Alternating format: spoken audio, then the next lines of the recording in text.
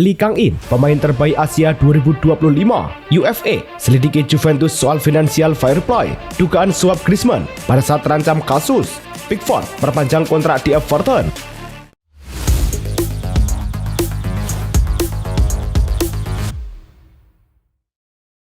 Halo Soccer Mania, kembali lagi di Blessing Soccer News. Kali ini kami sudah siapkan berita-berita terbaru seputar dunia sepak bola. Tentunya untuk kalian semua, selamat menyaksikan. Bek tengah Borussia Dortmund Nico Schlotterbeck dikabarkan menolak melakukan perpanjangan kontrak dalam waktu dekat. Menurut laporan Bild, kontrak pemain berusia 25 tahun itu masih berlaku hingga 2027. Namun Dortmund ingin segera mengamankan masa depannya. Jika negosiasi tak berjalan, klub disebut bisa mempertimbangkan opsi penjualan. Liverpool disebut memantau situasi Schlotterbeck sebagai calon pengganti jangka panjang Virgil van Dijk. Sementara itu, Bayern Munchen juga dilaporkan turut mengawasi perkembangan situasi bek timnas Jerman tersebut. Alphonso Davies semakin dekat untuk kembali ke lapangan setelah absen lama akibat cedera ligamen yang dialaminya pada Maret lalu saat membela timnas Kanada. Menurut laporan Bild, bek kiri Bayern Munchen itu menunjukkan kemajuan pesat dalam proses pemulihannya dan segera bergabung kembali dalam sesi latihan penuh bersama tim. Pelatih Bayer Vincent Kompany juga memberi isyarat bahwa Davies kemungkinan besar akan kembali bermain pada Desember mendatang. Bild menambahkan, sang pemain berharap sudah bisa masuk skuad pertandingan sebelum akhir tahun ini. Bayern Munchen menghadapi keputusan penting terkait masa depan Dayot Upamecano yang kontraknya berlaku hingga musim panas 2026. Klub asal Jerman itu disebut ingin memperpanjang kontrak sang bek, namun enggan memenuhi tuntutan gaji sebesar 20 juta euro per tahun. Menurut Bild, podcast Bayer Insider, Bayer tidak berencana menawarkan angka setinggi itu, sementara Real Madrid dikabarkan siap menampung Upamecano dengan skema transfer gratis. Meski terjadi ketidakcocokan soal gaji, Bayer tetap optimis soal kemungkinan perpanjangan kontrak. Bek Ekuador William Paco dikabarkan akan memperpanjang kontraknya bersama Paris Saint-Germain hingga Juni 2030. Menurut laporan Fabrizio Romano pada Jumat 17 Oktober, kesepakatan sudah memasuki tahap akhir dengan hanya detail kecil yang perlu dirampungkan. Dalam kontrak baru ini, pemain berusia 24 tahun itu juga akan menerima kenaikan gaji. Sejak bergabung, Paco tampil konsisten dan menjadi bagian penting dari lini belakang tim asuhan Luis Enrique. PSG menilai sang bek sebagai pilar utama proyek pertahanan mereka untuk jangka panjang. Lee Kang-in, gelandang Paris Saint-Germain asal Korea Selatan, resmi meraih penghargaan ASEAN International Player of the Year 2025 di ajang AFC Awards di Riyadh. Musim ini, Lee tampil luar biasa bersama PSG, mencetak 7 gol dan 6 assist dalam 49 pertandingan, membantu klub meraih gelar Ligue 1 Prancis, Coupe de France, Piala Super Eropa, dan trofi lainnya. Tak hanya itu, kontribusinya juga vital bagi timnas Korea Selatan, membantu tim memastikan tiket ke Piala Dunia 2026. PSG berencana memperpanjang kontrak Ousmane Dembélé dengan tawaran gaji yang signifikan. Menurut laporan LQP, pemain asal Prancis itu dapat menerima hingga 1,5 juta euro per bulan jika setuju memperpanjang masa baktinya di Parc des Princes.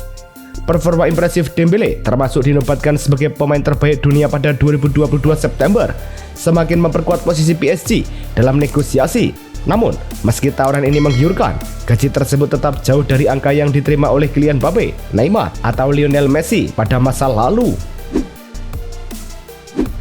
Juventus resmi mengonfirmasi bahwa CEO Maurizio Scannavino akan meninggalkan jabatannya pada 7 November 2025, bertepatan dengan berakhirnya masa tugasnya. Dalam pernyataan di situs resmi klub, Juventus menyampaikan terima kasih atas dedikasi dan kontribusi Scannavino yang membantu membangun fondasi baru bagi pertumbuhan tim. Scannavino menjabat sejak Januari 2023, menggantikan jajaran direksi sebelumnya yang mundur termasuk Andrea Agnelli. Meski sejumlah laporan menyebut Damien Comolli sebagai kandidat pengganti, Juventus belum mengumumkan nama resmi penerusnya. Juventus kini menjadi fokus penyelidikan UFA terkait kemungkinan pelanggaran aturan Financial Fair Play FFP. Demikian laporan Tutomer 1.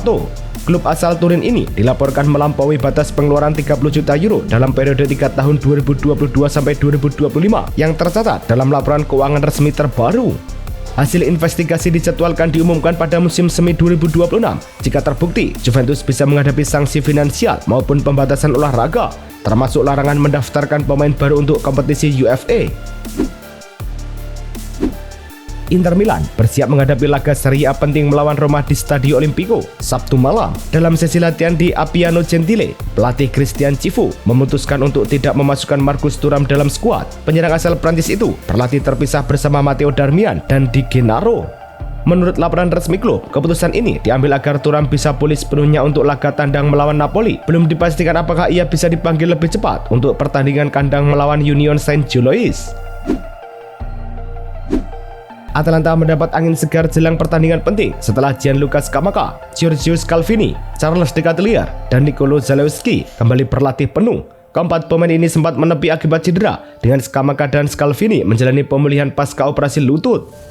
Charles De Ketelaere bahkan sudah pulih sepenuhnya usai membela Belgia di ajang internasional. Kehadiran mereka melengkapi skuad yang sempat kesulitan dengan absensi. Sementara Martin de Roon juga kembali setelah menjalani skorsing satu pertandingan. AC Milan bersiap menghadapi kemungkinan Adrien Rabiot absen sekitar 1 bulan akibat cedera otot. Rabiot kembali dari tugas internasional bersama Prancis dengan masalah otot Seleus di kaki kiri yang dikonfirmasi melalui tes terbaru dan akan dievaluasi ulang dalam 10 hari. Menurut laporan Sky Sport Italia, pemulihannya kemungkinan memakan waktu hingga sebulan. Pelatih Max Allegri disebut akan menurunkan Ruben Loftus-Cheek menggantikan posisi Rabiot menghadapi Fiorentina akhir pekan ini. Trent Alexander-Arnold dipastikan belum pulih tepat waktu untuk tampil di El Clasico antara Real Madrid dan Barcelona pada 26 Oktober mendatang. Laporan The Times melalui jurnalis Paul Joyce menyebut, bek asal Inggris itu menargetkan comeback saat Madrid menghadapi mantan klubnya Liverpool di Anfield pada 4 November dalam ajang Liga Champions. Trent mengalami cedera hamstring saat melawan Marseille di Bernabeu hampir sebulan lalu. Sejak bergabung dari Liverpool pada Juni lalu, ia masih berjuang menyesuaikan diri dengan ritme permainan di Madrid. Kylian Mbappe dilaporkan masih merasakan nyeri pada pergelangan kakinya meski sempat dikabarkan sudah pulih total. Menurut El Quipe, kondisi sang penyerang membuatnya diragukan tampil saat Real Madrid menghadapi Getafe akhir pekan ini. Tim medis Madrid disebut tidak ingin mengambil resiko karena Mbappe baru saja kembali dari cedera yang didapatnya saat membela timnas Prancis. Jika ia absen, fokus klub akan diarahkan pada pemulihannya untuk laga penting melawan Juventus tengah pekan nanti. Real Madrid harus memastikan kesiapan bek muda Dean Huijsen yang absen pada laga kontra Getafe akhir pekan ini akibat robekan kecil di otot betis kiri saat melawan Villarreal pada 4 Oktober. Laporan AS, pemulihan awal diperkirakan 12-15 hari, namun kembalinya Huijsen untuk El Clasico melawan Barcelona masih belum pasti. Tim medis Madrid menilai kondisinya sensitif, resiko cedera kambuh tinggi. Pelatih tengah menyiapkan opsi alternatif, dengan Asensio diproyeksikan menggantikan posisi Huijsen di jantung pertahanan jika diperlukan. Barcelona masih terpaut sekitar 36 juta euro untuk memenuhi aturan 1:1 Financial Fair Play La Liga. Menurut laporan Kulimania, klub dikabarkan menunggu pemasukan kurang dari 30 juta euro dari penjualan kursi VIP sambil mempertimbangkan langkah keuangan tambahan agar mencapai batas yang ditetapkan. Jika target itu gagal tercapai sebelum akhir Januari, Barcelona tidak akan bisa mendaftarkan pemain baru secara normal. Kondisi ini membuat peluang aktivitas transfer mereka pada bursa musim dingin sangat kecil. Rapinya menjalani pemindaian MRI pada Kamis untuk memeriksa cedera yang dialaminya. Menurut laporan Mundo Deportivo, pemain Brasil ini sudah absen 3 minggu sejak cedera di Liga melawan Real Oviedo bulan lalu. Awalnya, Barcelona memperkirakan Rapinya akan absen 3 minggu, tetapi cedera ternyata lebih serius dan kemungkinan ia akan menepi seminggu lebih lama.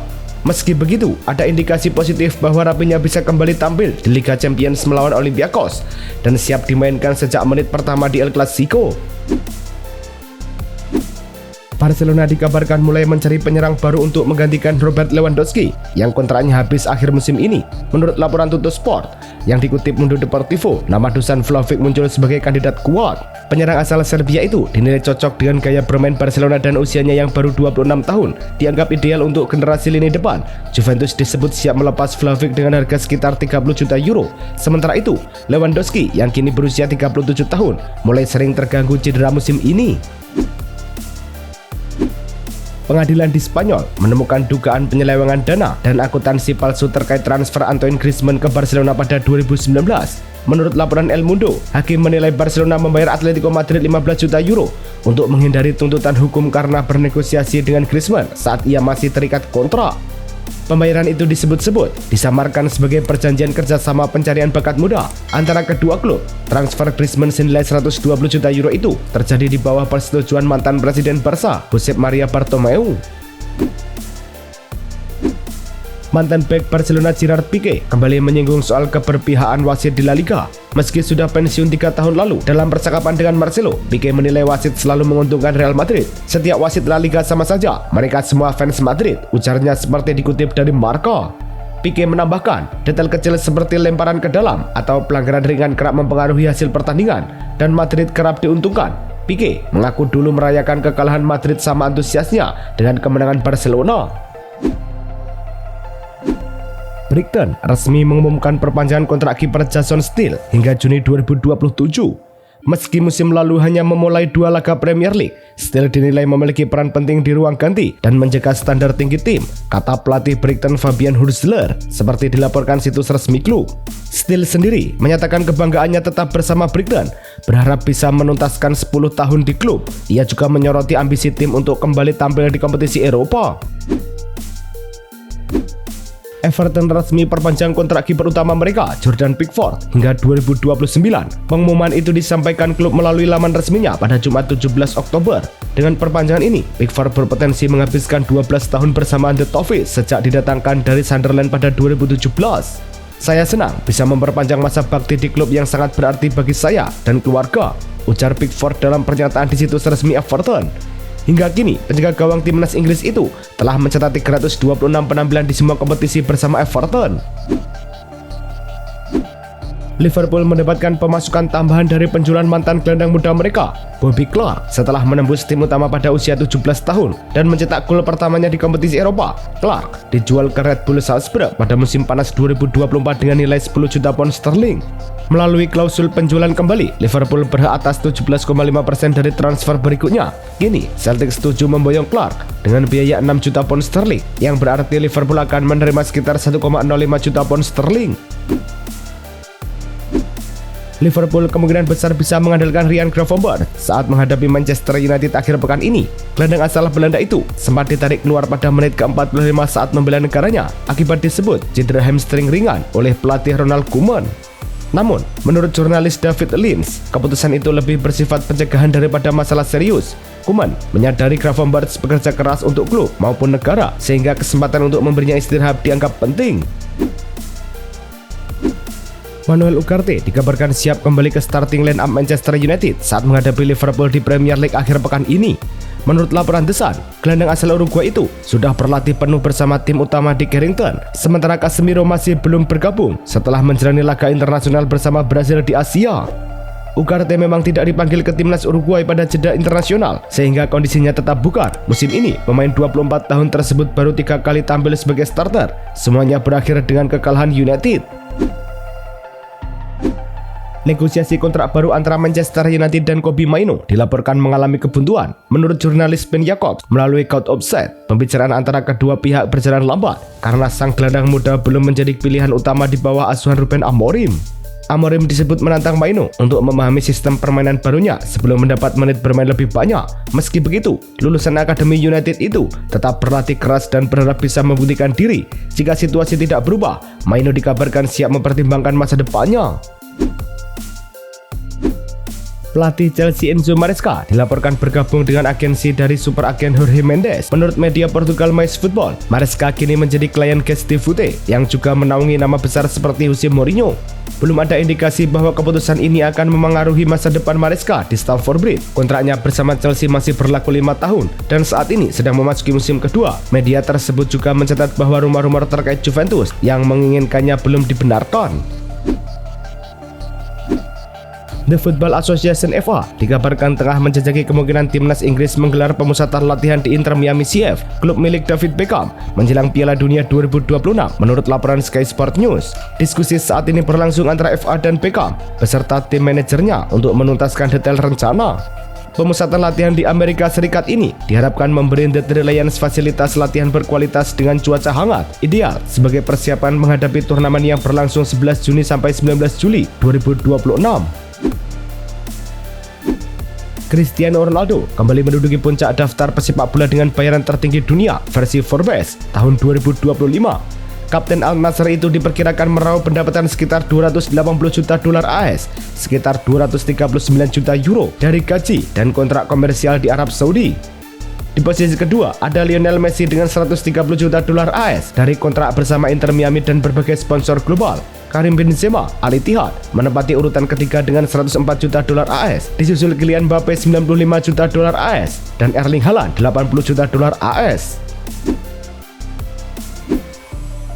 Itulah tadi kumpulan berita-berita terbaru dari kami. Simak terus berita-berita terbaru lainnya dan jangan lupa like, komen, dan juga subscribe.